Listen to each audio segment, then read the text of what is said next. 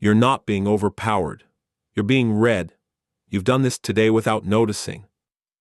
Every time you respond too fast, you give them data, not just what you say, but how quickly you say it. Speed reveals certainty. Hesitation reveals doubt, and both can be used against you. The person across from you isn't reacting, they're measuring. One rushed response is enough to show them where to press next. You think you're handling the moment. You're not. You're exposing patterns. Control wasn't taken from you. You handed it over. The moment you reacted without choosing. Watch what happens next. They stay still. You start filling the gap. Extra details, unnecessary clarification, subtle shifts in tone, not because they asked, but because silence did. Silence creates pressure, and most people break first, not loudly, precisely. A longer explanation than needed. A defensive tone where none was required. A reaction that arrives too quickly to be controlled. That's all it takes. Because once someone sees how you respond, they don't need to challenge you directly. They adjust and wait. You think you are exchanging words. You're not. You're exposing patterns. And once they see the pattern, they don't need to control you, they just wait for you to repeat it. You've already been trained to give yourself away, and you don't even notice when it happens. The question isn't random, it's a probe, and the moment you answer, you're playing their game. Their question sets the direction. You just follow it. One explanation is enough to lock you into their path. Watch it in real time. Someone asks, "Why did you do it like that?" You answer immediately. You explain the logic, add context, justify the decision. Now everything revolves around their question. You've answered like this more times than you can count. Same moment, different move. Why did you do it like that? You pause, no reaction, no rush, then, "It works." Nothing else. Now their question loses control. There's nothing to push against. No detail to challenge. No direction to pull you into. Or you say nothing at all, and just hold eye contact long enough to make the question feel unnecessary. Watch what happens. They adjust. Yeah, if it works, it works. They just backed out of their own position. Notice what just happened. No argument, no defense, no explanation. And yet, you stayed in control. People think control comes from saying the right thing. It doesn't. It comes from not giving them anything to work with. Because if they can predict you, they can steer you. So you stop trying to explain yourself. You start deciding what they don't get to see. You don't rush to relieve pressure. You hold it. Because the longer it sits, the more the other person starts filling it. And when they do, they reveal everything you didn't. And once someone gets you used to responding, they don't need strong questions anymore. Once you start responding on cue, you become predictable. And predictable behavior can be used. You've already shown all three signals in your last conversation. This isn't accidental. It's how people test you, and it only takes three signals to map you. Speed, emotion, recovery. First, speed. How fast you respond tells them where you're stable. Immediate response. No hesitation, no resistance. That tells them this area is safe to challenge. Delay. Now there's friction. That's where they push. They test once, then go exactly where you react. Second, emotion. Not your words. What slips through them? A tighter tone, a sharper reply, a slight shift in pace. Emotion signals priority. And whatever you prioritize, they target. They don't leave it. They return to it until your control breaks. Third, recovery. This is where most people lose it. Yeah, you answer once, then you add more. Extra explanation. Unasked clarification. A second attempt to fix how you sounded. That's recovery, and it reveals more than your first answer ever did, because now you're not choosing words. You're reacting to how you were perceived. Speed shows where you're stable. Emotion shows what moves you. Recovery shows where you lose control. That's all it takes. If you respond the same way twice, the pattern is locked. Same pressure, same sequence, same reaction. You think you're choosing your responses. You're repeating them. And once your pattern is clear, they don't need to control you directly. They just trigger the sequence and let you do the rest.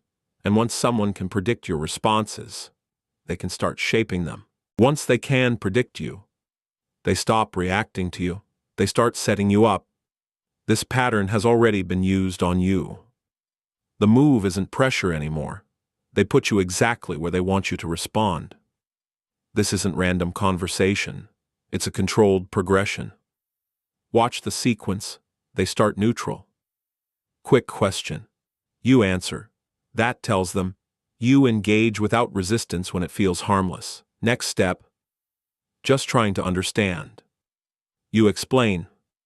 Now they've confirmed. You explain when the tone sounds neutral. Final step. So why didn't you do it properly? Now it's direct. And you react. By the time pressure appears, you're already committed to the pattern. 3 steps: neutral, curious, confrontational, same structure, same outcome. Another example, they say something slightly off. Not wrong enough to challenge, but not accurate either. You correct it immediately. That reveals something specific. You won't let inaccuracies pass. Later, they repeat it. Slight distortion again. You correct it again. Now the pattern is set. They don't need strong arguments. They introduce small errors, and you step in every time. If you respond the same way twice, they won't test again. They'll start using it. Control doesn't come from force. It comes from sequence, step by step, until your response becomes automatic. They don't force your reactions. They set them up, so you trigger them yourself. Now remove one step, and the entire sequence breaks. Neutral question, no engagement, curiosity, no explanation, confrontation, no reaction. They repeat the same setup, same timing, same pressure, but the response doesn't come. And now they adjust. Tone shifts. Questions repeat. Pressure increases. And the more they push, the more visible they become. Precision drops. Intentions leak. Control weakens. You don't beat the sequence, you interrupt it. Control doesn't go to the one who initiates. It goes to the one who controls the next move. And once someone can set your reactions in sequence, they can start controlling outcomes without asking directly. At this point, you have 2 options. Keep responding the same way, or break the pattern on purpose. This is where most people fail, even after they understand what's happening. Because recognition doesn't change behavior. Interruption does. This isn't constant silence. It's control at the exact moment they expect a reaction. First, delay without signaling, not dramatic, not visible, just enough to interrupt timing. A question comes in. You don't respond at the same speed. A second, maybe 2. That delay breaks timing. And once timing breaks, the pattern weakens. If you don't interrupt this, it gets faster every time. Second, reduce output. Your first sentence holds. Everything after it leaks, so you stop early. You answer once, then you're done. No extra context, no cleanup. If they need more, they'll have to ask for it. And when they ask, they reveal position. Third, ignore selective triggers. Not everything gets a response, especially what's designed to pull one out of you. Subtle inaccuracies, light pressure, framing tricks. You notice them and ignore them. Every ignored trigger disrupts the sequence. Break enough of them, and the pattern stops forming. Fourth, end without closing. They expect completion. You don't give it. You respond just enough to stay in control. Then you stop. No full explanation. No clean ending. That gap forces them to continue, and when they try to close it, they expose more. Fifth, control visible reactions. No reaction, no signal, no shift in tone or expression, because reactions expose patterns faster than words. Remove the reaction, and the sequence collapses earlier, before it locks in. And the sequence always starts at the same point, your first reaction. Miss that moment, and you're already inside it. And when your pattern breaks, they don't stop. They escalate. Different angle, same objective.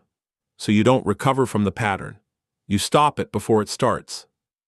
Because breaking the sequence once isn't enough. If your default stays the same, and once your responses stop being predictable, their sequence stops working. Breaking the pattern doesn't give you control. It just stops them from using you. This is where most people lose control, after they think they've gained it. Because once the pattern breaks, they don't stop. They adjust. Not louder, more precise. When one pattern stops working, they refine it. Tighter questions, cleaner pressure, less noise, more intent. And this is where control slips again. Not because you didn't see it, because you're still playing the same role, still responding, just slower, just more carefully. That's not control, that's compliance, with a delay. Actual control starts when you stop operating inside their structure and start controlling it. First, you control the pace they speed up, you don't follow, you slow it down, deliberately, no urgency, no reaction speed. Who controls the pace controls the outcome. The second, you redirect focus, they ask one thing, you answer what serves you, not everything they pointed at, not every angle they introduced. You shift the direction, and once direction shifts, their structure weakens. Third, you return pressure, they push. You don't absorb it, you send it back, clean, controlled. One question shifts control, because once they start explaining, they're adjusting. Fourth, you hold silence. Silence isn't empty, it's control. They expect you to fill space, you don't. And when the silence stretches, they start working to break it. That's where information leaks. Now the dynamic is exposed. They're trying to regain structure. You're deciding if it continues. You're no longer reacting. You're deciding. What moves forward? What stops? What gets answered? What gets ignored? If you don't control the structure, you'll always be inside someone else's. Control doesn't come from speaking. It comes from controlling what happens next. Every time, most people will recognize this and still fall back into the same pattern. Because awareness doesn't change behavior. Interruption does. If you don't interrupt it, someone else will use it. Subscribe, because the next videos aren't about handling pressure. They're about making sure you're never the one being tested. And the next layer wasn't about controlling conversations. It's about controlling perception before the conversation even starts.